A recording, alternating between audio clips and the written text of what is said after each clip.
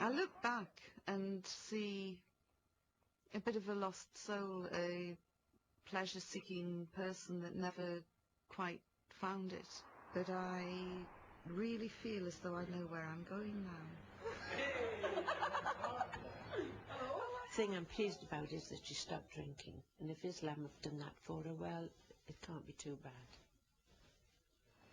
A water, please. Oh my God. With no ice. Yes. Although Yvonne Ridley was willing to put on a veil as an undercover journalist, as a practicing Muslim she's so far stopped short of doing so. She firmly accepts the faith in her heart, but practicing it with her head may take a little longer. For Shanaz Malik, the journey from white slough teenage mum to burqa-wearing Muslim wife has taken 6 years. Even now, there's still one important step to go.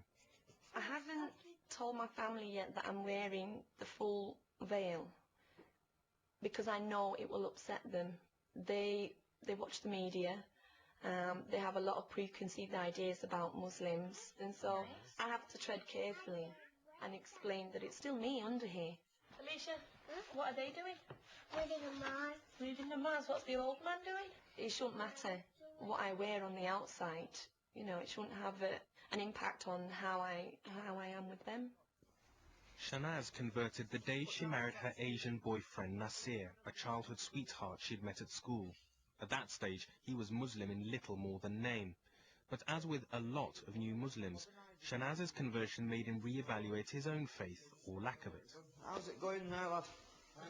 My partner wasn't religious at all. He thought that he'd been brought up as a Muslim, and now he's realising that he was brought up as a Pakistani.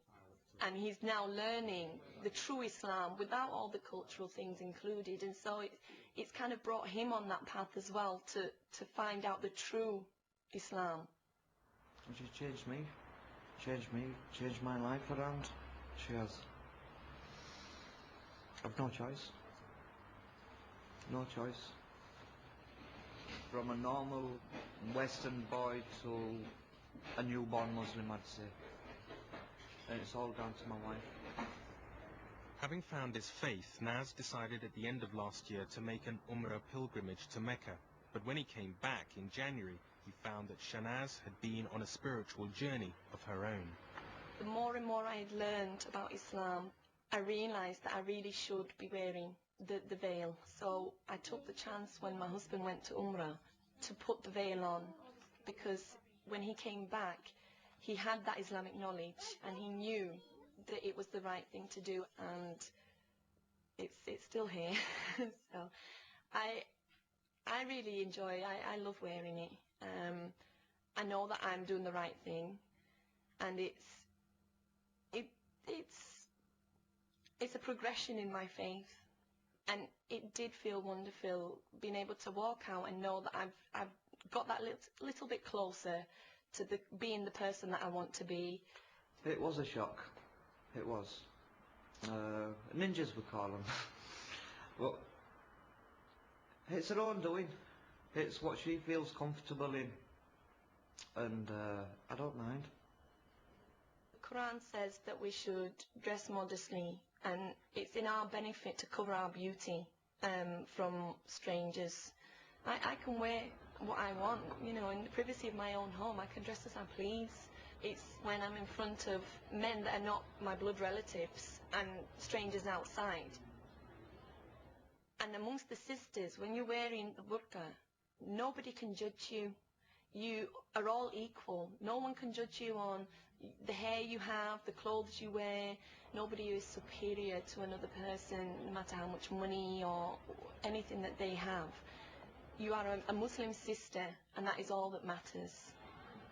The wonderful thing about Islam is the equality. So it's not purely for the ladies or the rules. Men are a lot more attracted to ladies on appearance than ladies are to men. And so my husband, he covers what he has to cover. He covers his body. It boggles me why people think that we're oppressed because we choose to do this, when, you know, they have certain ways in society that they have to live by. they feel that they have to dress a certain way and that they have to conform to fashion and society. So if they think we're oppressed, they're just as oppressed as they think we are. Shanaz fully expected some hostility to her veil, but has been shocked that some of the fiercest criticism has come from other Muslims. Even my husband's sister says to me, you don't need to go down that road, you're getting too extreme. You've got no right to wear that. I've had that said to me before by another person who claims to be a Muslim. I think it's because they know they're supposed to be wearing it and they're not, and all of a sudden there's an English girl wearing it, and it's making them feel, oh, you know, who's she to wear it? You know, it kind of puts the nose out of joint. I know how to do this part now. Shanaz insists on her right to wear and believe what she chooses, but as a parent, how much freedom is she willing to allow her own children? I know how to put it. I'd never dream of forcing them to wear the scarf because Islam is, you know, against that. And they wouldn't be wearing it for the right reasons if it was purely because their mother told them to. But if I'm able to teach them properly, then they'll know that that is what they should be doing and they'll want to do it themselves. You like wearing your scarf, Alicia? Yeah. Why? Because I look like a Muslim girl. You look like a Muslim girl. Yeah. Is that good?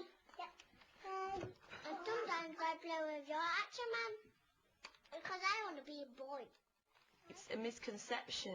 Islam is about that freedom. You're not forced to do anything. I'm not going to tell them that it's right what they're doing if they choose to follow another religion, because I believe that my religion is right. It might upset me, but I will always be there for them. I will always support them. Shanaz's children will all be educated at an Islamic school, and at the first opportunity, the family hopes to emigrate to a Muslim country. To Shanaz, these are positive steps, but to non-Muslim family members, that level of total immersion can cause worry or hurt. Take John Standing. He now has a new name, Jamaluddin, but to his family he'll always be just John.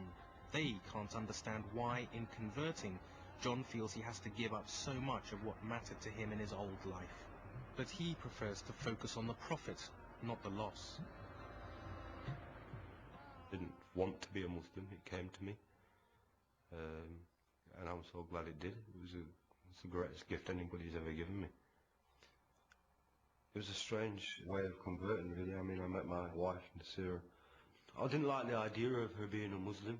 All I knew about Islam was that it was a religion that was spread by the sword. That it was a religion created by man for man. That it treated women like second-class citizens. So I had all these misconceptions about Islam. When John first started going out with Nasira, he was very much in love with her, well, he was with each other. I didn't think for a minute it would lead to him converting. I'd lived a life where I didn't believe in Allah, I didn't believe in God, I didn't believe in a spirit. I was convinced, as I was brought up, that there is nothing after this life. Once you die, that is it. I tried to steer away from her, but she was very firm in her beliefs. And I felt that I had to understand why. And once I started to understand more about the religion, I started to read the Quran. And when it was reading the Quran, which would change my life more than anything. It's not something I would have encouraged him to do, but it's something he wants to do. And if this is giving him peace, then let him do it.